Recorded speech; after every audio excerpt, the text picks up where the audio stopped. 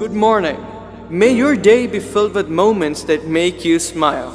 Enjoy your lovely and beautiful day. నీ యొక్క ఈ దినము నిన్ను నవ్వించేటువంటి అనుభవాలతోటి నింపబడునుగాక. అందమైనటువంటి నీ రోజును ఆనందించు. God said to me, quit talking so much about the devil, what he's saying and what he's doing.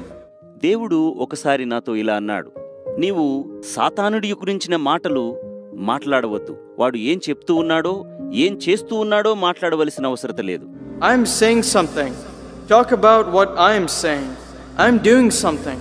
Talk about what I am doing. నేను కొన్ని విషయాలు నీకు చెప్తూ ఉన్నాను, వాటిని గురించి మాట్లాడు. నేను కొన్ని కార్యాలు చేస్తూ ఉన్నాను, వాటిని గురించి మాట్లాడు. Then one day God spoke a life-changing word to me, saying, why don't you study the word and see how Jesus waged spiritual warfare? ఒకానొక రోజున దేవుడు నా జీవితాన్ని మార్చివేసేటువంటి మాట నాతో మాట్లాడాడు. నీవు దేవుని యొక్క వాక్యాన్ని ధ్యానించి యేసుక్రీస్తు ప్రభువారు ఎలాగూ ఆత్మీయ పోరాటాన్ని పోరాడారో తెలుసుకో. I found that Jesus didn't talk or preach much about the devil and what he was saying or doing. అప్పుడు నేను గమనించాను, యేసుక్రీస్తు ప్రభువారు సాతానుడు చేసినటువంటి దానిని గురించి గాని మాట్లాడలేదు, బోధించలేదు. He simply dealt with the devil by casting him out of people's lives. He told him to shut up. He quoted the word to him. See Luke chapter 4 verse 1 to 13.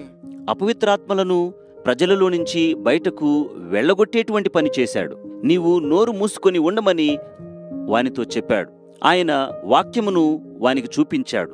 లూకాసు వార్త 4వ అధ్యాయము 1వ వచనం నుండి 13వ వచనం వరకు చూడండి. Resist the devil today and tell someone about the good things God is doing for you.